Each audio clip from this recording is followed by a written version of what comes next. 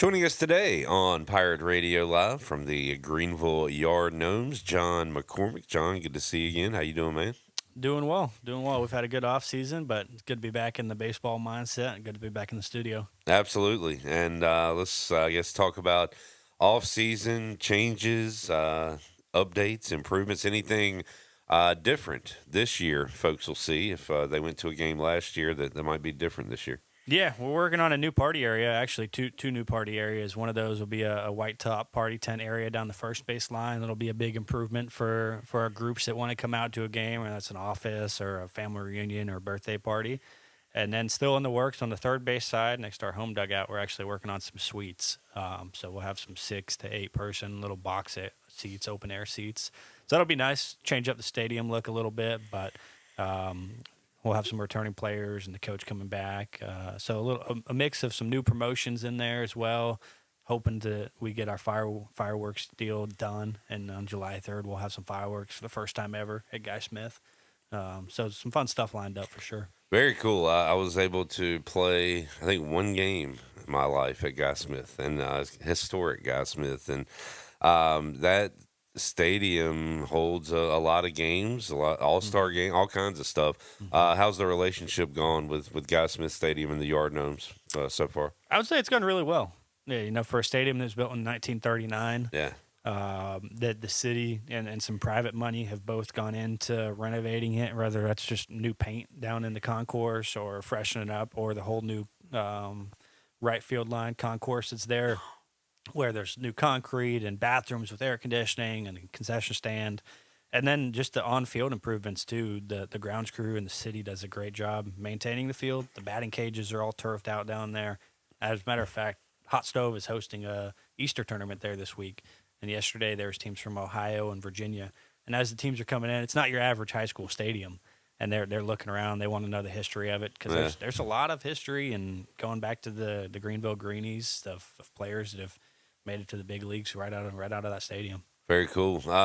John, there's a lot of summer league teams out there. Good news, there's a huge player pool. And when I think about it, it seems overwhelming. But how's the roster construction go for the Greenville Yard Gnomes and teams like that? Yeah, it gets overwhelming. Luckily, we have a coaching staff that is now kind of a veteran staff in the summer circuit. So we have over 60 guys committed right now on contracts. Wow. You can only have 40 at a time, but as everybody knows around college sports, the transfer portal is a monster and a beast, and it affects us a lot. So you have to oversign like college football coaches do almost? Yeah. No, you do. And to some extent, not all those guys are showing up at the same time. So some of the guys will take a break, and they'll come in July for the second half. Some of the guys will roll right in from their college season, show up at the end of May, first week of June, play with us for a month, and then shut down so they get a break at some point. So but you do have to factor in the guys that are transferring, because to some extent the coaches at a lot of the schools control where their players are going. Right. Some players, every day we get requests from players wanting to reach out, wanting to play for us or in the Coastal Plain League. So you really have to dwindle it down, but at the same time keep your pond stocked with talent. I know when the Yard Gnomes were first announced, there was an importance on having a local flair to it, and that includes East Carolina, includes maybe Pitt County guys. So will that trend continue this year? Do you plan on having some ECU guys, some local guys? For sure. I was really excited what we were able to do last year. I think at some point throughout the summer we had around 10 guys that didn't need a host family, whether they went to ECU or Pitt Community College or were high school players returning to Greenville to play. And this year we'll do the same. So we have multiple Pitt County high school graduates that have signed that will probably be comfortable to release their names here in the next month or so. But some guys that have played baseball at Guy Smith before, for Rose or Pitt Community College. And then we'll always have the maximum you can have from one school is 4. So our goal is to probably have 4 from ECU, but we'll for sure have a few guys out there wearing some purple cleats and purple gear. And the summer can be an extension from the previous season, but also momentum heading into the next season for guys. I think Michael Kalinich was a part of the team last year, and he's done well for ECU. He's Mr. Clutch right now for ECU. But it is kind of cool. I always think about Alec Burleson, who had a good freshman year and then turned into Babe Ruth in his summer league team and never stopped hitting. He's still hitting today for the Cardinals. But that's kind of neat to follow as well. See what these guys do during the summer when the pressure's off a little bit and they can just go play ball. Yeah, they go, they train, they work out every morning, and then they come over and they hit with a wooden bat. And for the guys that can carry the momentum in, it's huge. I mean, one guy in particular that sticks out is Jacob Green, who's with South Florida, and South Florida's tearing it up right now. I think they're still in the top 25. They're winning a lot of games and coming to Greenville at the end of this month. He was a platoon guy in the outfield for South Florida. We were lucky enough to have him come join us last summer. He had a good year for us, and now he's there. He's been on Sports Center top 10 multiple times. I think he's had a walk-off hit. He had his first home run the other day, really solidifying himself as a top 25 starting outfielder for a team. And, obviously for baseball players, that starts early on, but being able to be a small part of that story. And I didn't know this until I talked to one of the megaphone guys, Brian Dilday. But he was telling me how Jack Herring, came in, played with the Yard Gnomes, went to an ECU game, I guess, and fell in love with ECU. And you can basically say you got a guy to East Carolina to play just from playing in Greenville. And Jack's turned into a key part of East Carolina baseball, obviously. But that was a really neat story, how they kind of welcomed in the Yard Gnomes team to a game, I guess, in left field. And they fell in love with ECU baseball, so that was kind of neat. Yeah, we have a lot of great host families, and a lot of our host families are involved in baseball, from Little League to ECU and everywhere in between. So I wasn't there for the first year, but I have heard the story that a lot of our guys had an off day and were able to go take in a regional game or a couple regional games. And you're exposing people to Greenville and how special it is, and Jack really liked it, and he's put himself in a great situation now. I've always been fascinated by the host families, and it is a really neat deal. And do you need those for this year if people are interested? Yeah, we always do, especially with what we were talking about earlier with the transfer portal, and trying to keep a stocked roster, as many as you can. So I'd say we probably only need 4 or 5 more host families, but it's a really cool experience. And you look at somebody like Jack Herring. I talk to his host family occasionally, or when I see them. Last I heard, Jack ate dinner with them once a week. Still to this day. I stayed with a host family when I was in college, just as a staff member with a summer collegiate team. I talked to my host dad and my host brother very frequently. They're at my wedding. There's so many cool stories. And now we actually have our first host family trip to spring training to see a former Yard Gnome, J.C. Vanek, who's with the Kansas City Royals. Very cool, very cool. And you said you only need maybe 4. Does that mean you have like repeat host families, people that want to do it year after year? Yeah, that's a huge piece of it. Once people get a taste of it and experience it, and having role models for their kids, or having just somebody to share a summer with and the experience with, most people are wanting to do it again. Let's talk about season tickets. If people want to, take advantage of that, how can folks go about doing that? Yeah, yardgnomesbaseball.com is the easiest way. Season tickets will be $225 again. That was a big piece of it last year. We wanted to make it affordable, so where you can go and get a ticket for as cheap as you could do any other outing in Greenville during the summer. So season tickets are a huge part of it. But if you're interested in bringing a group or bringing a Little League team out to the stadium, there's a lot of information on the website, including my cell phone number. So that's easier for you.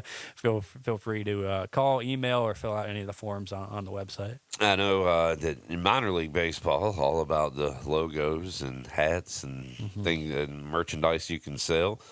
Summer ball similar. You got a cool logo there. Any hints or anything you can drop on maybe some new apparel or? Yeah, I'm a huge fan of uniforms and gear. I want to make sure our players are looking good on the field. And so we are working on 1, possibly 2 alternate identities. I love them, though, and the fact that it's trickled down to summer league baseball now. Yeah. Every minor league baseball team has, 2, 3, or 4. Right. And so we're going to have a couple.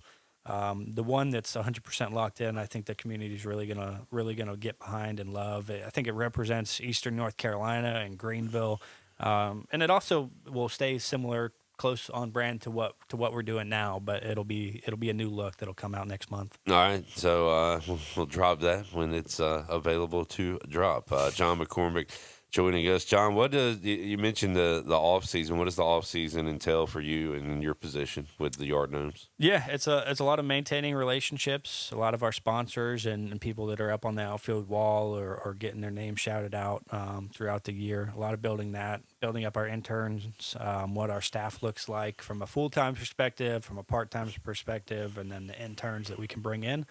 And then we talk about the team and the roster probably every other week or so. Yeah. Really all the behind the scenes promotions, working on the fireworks stuff, working on these new alternate identities, anything in the marketing realm, trying to get prepared so that when May comes around and the end of May comes around, we're prepared. We can hit the ground running. So the Yard Gnomes are my home team. Jarrett, the Zebulon team coming in this year, right? Yeah. Oh, okay. Your mic's off. And that is a very interesting team because it's going to be filled with guys from Australia, if I'm not mistaken, right? John, what do you know about this team? You'll be playing against that team, right? Yeah, we will. They're taking over Five County Stadium in Zebulon, which is a huge boost for the league and for us having a team that's relatively close. Wilson won't be playing this year. The Tobbs, they'll take a summer off before going to Smithfield. So replacing that with a travel partner, I guess you could say, being close by. But yeah, they're Australian. So when I don't know if people in Eastern North Carolina are too familiar with it, because I know that Chinese Taipei and other teams will come around and travel. Okay. I know when I was in school, there was an Australian high school basketball team that just travels around the country. Wow. So my understanding of it is that they'll all be Australian. They have an Australian-based name that ties into Zebulon, the Devil Dogs. And I think some of the players, though, are NCAA baseball players that have an Australian nationality.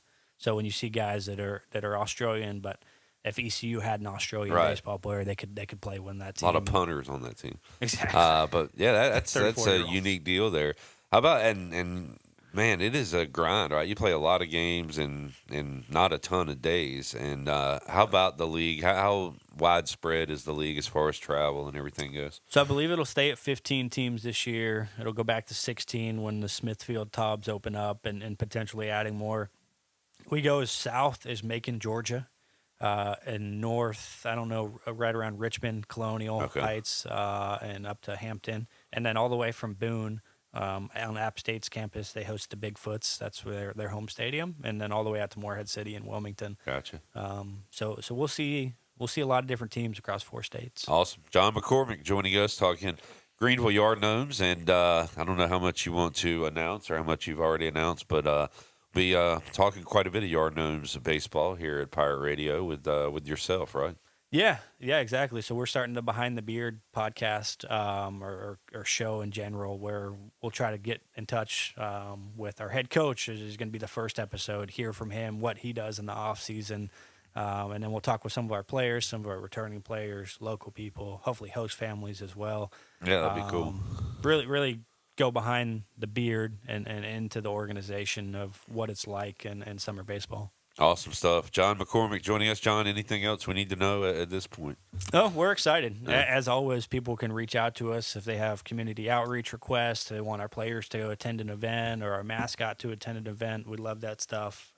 Happy to continue it. And with season tickets going on sale and the season being right around the corner, we're looking forward to continuing to be a good product and family fun for people in Greenville. And you mentioned that some guys will come in second half of the season, some guys will play through. College baseball is still going on with postseason, right? The end of the season, postseason, when you guys get cranked up. So when do you guys get started? When's your first game? First game is May 22nd. Okay. And we have guys coming from every level of baseball. So the Division I guys that are playing really well, I mentioned Jacob Green, first reveal, I guess. He's a returning player for us. But if South Florida is in a regional or super regional, it'll be pushed back weeks. But, our D2 guys or NAI guys, they'll be here probably a week before the season even starts. Well, John, we'll keep in touch with you, and also look forward to Beyond the Beard as well. Good stuff. Behind the Beard. I'm sorry. That's right, behind the beard. We'll go beyond and behind Both. that beard. John, appreciate you, man, and we'll talk again soon. All right, thank you.